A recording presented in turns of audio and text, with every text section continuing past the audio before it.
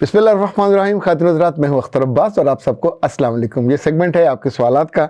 और पहला सवाल किया आसिफ ने। वो कहते हैं कि सर मेरी अम्मी को अक्सर डिप्रेशन रहती है, मैं क्या करूं? बेटा जी, डिप्रेशन का फ़ौरन इलाज करवाइए। जब भी आप इसको छोड़ देंगे तो आप अपनी कीमती मता से हाथ धो बैठेंगे, ज़्यादा नुकसान हो जाएगा।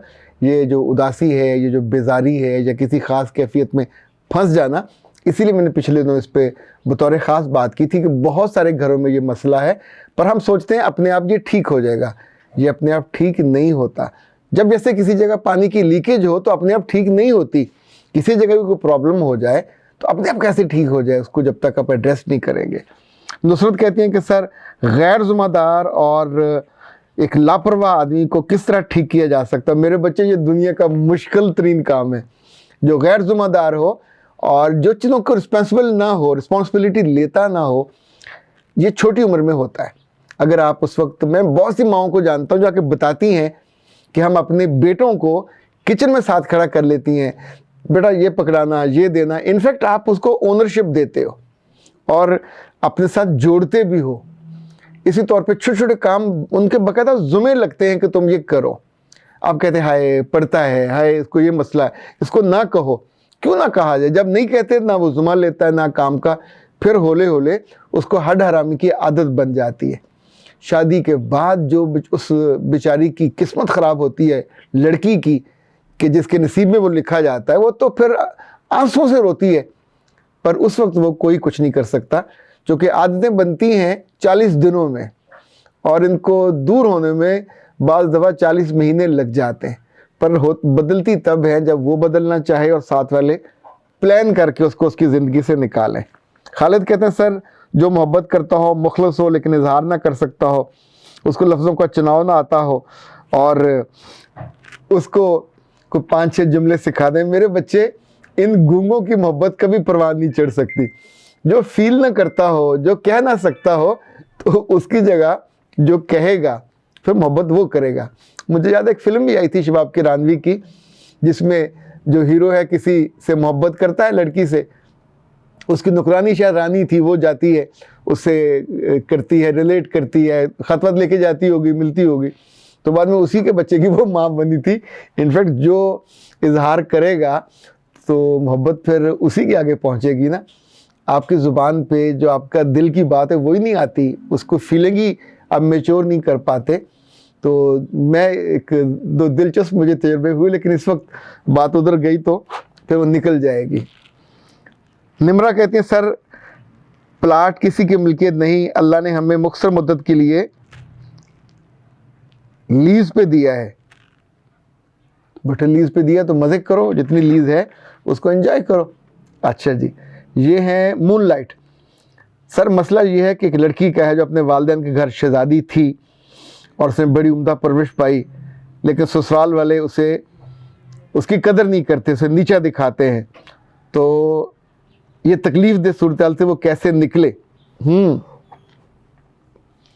वो उर्दू में कहते हैं पिदरम सुल्तान बूथ। पहले तो ये था कि अमीरों की बेटी थी, उनके घर में पली बड़ी, मज़े किया। ये इस्तेहकाक नहीं था, हक नहीं था, मेरे रब ने अता की। किसी झोंपड़ी में पैदा कर देता तो वो क्या कर लेती। उसने, रब ने अपनी मर्ज़ी, अपनी मंशा से इनाम के तौर पे, खुशी के तौर पे उसको उस घर में पैदा किया जहाँ वो, she was not a princess but she was treated like a princess. उसे सारी खुशियाँ दी गई, उसको बड़ा होने का मौका मिला। इस बीच में क्या करना चाहिए था?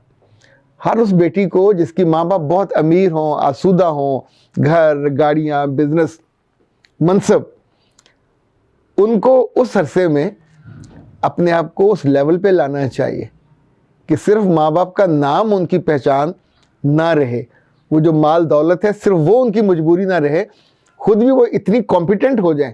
देखे ना, ये पिलर्स हैं माल और दौलत। अच्छा ख़ानदान भी पिलर है। ख्यालात से खाली हो या बालों से, दोनों सूरतों में बहुत दिक्कत होती है। ख्यालात को बेहतर करने के लिए हम आपकी मदद करते हैं, मगर बालों के लिए इस्तेमाल कीजिए इंस्टेंट ग्रोथ हेयर ऑयल। ये आपके बालों को चमकदार बनाता है, खूबसूरत बनाता है, और अगर सर पे बाल कम हो तो ढेर से बाल भी उगाता है। 3 बोतल मंगवाने की सूरत में 1 कैस्टर ऑयल फ्री। इसकी मदद से अपने आप को इतना ग्रो तो कर लो कि उन दिनों जब आप पे कोई पाबंदी नहीं है, कोई कदगन नहीं है, कोई रुकावट नहीं है, कोई कमी बेशी नहीं है, बेहतरीन टीचर, बेहतरीन किताबें, बेहतरीन अदारे, आपको अवेल करना चाहिए। अब आप जब ब्याह के किसी दूसरे घर में आ गए तो आप सोचे ऐसे घर वालों ने चुन कर अपने लेवल का कोई बंदा ढूंढा होगा ना, मिजाज अच्छा देखा होगा, उनका रहन सहन देखा होगा, और अब आप वहाँ आए हो और अब आप सोचते हो कि वहाँ शहजादी बन के क्यों नहीं आपसे सलूक किया जाता। तो मेरे बच्चे, आपकी भूल है, ऐसी हर लड़की की भूल है जो अपने घर से ब्याह के जब दूसरे घर में जाती है। तो ये बिल्कुल ऐसे ही है कि पूरा साल हम पढ़ाई करते हैं और फिर 3 घंटे के लिए बैठ के हम उसका इम्तहान देते हैं। तो उस इम्तहान में हम ना तो अपने कपड़े दिखाते हैं, ना अपना मेकअप दिखाते हैं, ना जूते, ना पर्स, क्या कुची का बाप, जितने बेहतरीन ब्रांड्स हैं वो भी आपके साथ पड़े हों, अब बिल्कुल ब्रांडेड 1 करोड़ की गाड़ी पे आए हो, बट गोज कुछ भी फर्क नहीं पड़ता। वहाँ तो आपको साबित करना है कि मुझे ये जो पूरा बरस मैंने पढ़ा सीखा, ये उसके आपने सवाल किए, ये मैं जवाब दे रही हूँ।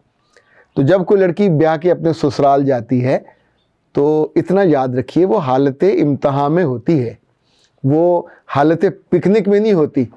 वहाँ के हर रिश्ते को उन्होंने सवाल उठाने, तुमको अक्ल कितनी है, तुमको दानिश कितनी है, तुमको फ़हम कितना है, तुमको रिश्तों का पास कितना है, तुम मुश्किल कितनी सह सकते हो, तुम कितनी सर्दी और गर्मी मौसमों की नहीं मिजाजों की उसके मुताबिक अपने आप को टेम रख सकते हो। तो जो बच्ची वहाँ जाके इतनी सारी अच्छी तालीम, तरबियत, पैसा, ख़ानदान के बावस अपने आप को मनवा नहीं पा रही, ना मियाँ मान रहा है, ना सास मान रही, ना ससुरी मान रही।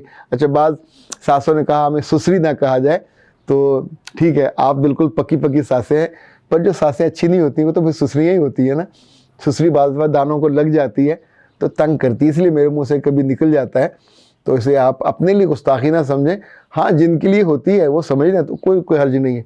ओके, तो ए अच्छी लड़की हो, बल्कि ए प्यारी लड़की हो, तुम जब अपने घरों में जाते हो ब्याह के, तो वहाँ तो फिर बेटा आखिरी लम्हे तक तुमको साबित ही करना होता कि मैं अच्छे घर से आई हूँ, अच्छा सीख के आई हूँ। वहाँ शहजादियों जैसा प्रोटोकॉल तुम्हारी बेटियों को मिलेगा, तुम्हें नहीं मिलेगा। जब तक सासें मौजूद होती हैं, जब तक आपको इस आजमाइश का लंबा अरसा होता है, 20 साल, 25 साल, 30 साल, फिर एक वक्त आता है वो घर आपको मान लेता है, अपना लेता है और अपना इख्तियार आपको सौंप देता है, फिर बहू मालकिन बन जाती है। पर उससे पहले तो आपको, अगर आप उससे पहले डिमांड करने लग जाओगे, नारे मारने लग जाओगे और पिछले माजी को याद के, तो फिर तो आप बहुत तंग हो गए। वहाँ साबित कीजिए अच्छे घर से थे, अच्छी तालीम के साथ थे, अच्छे मिजाज के साथ थे, अच्छे अतवार के साथ थे, अच्छे सब्र और ज़ब्त के साथ थे, तो इंशाल्लाह वो घर भी आपके लिए जन्नत बनेगा, वो घर भी आपके लिए एक मलका और शहजादी जैसा बन जाएगा। अख्तर अब्बास को दीजिए इजाज़त। अस्सलाम वालेकुम।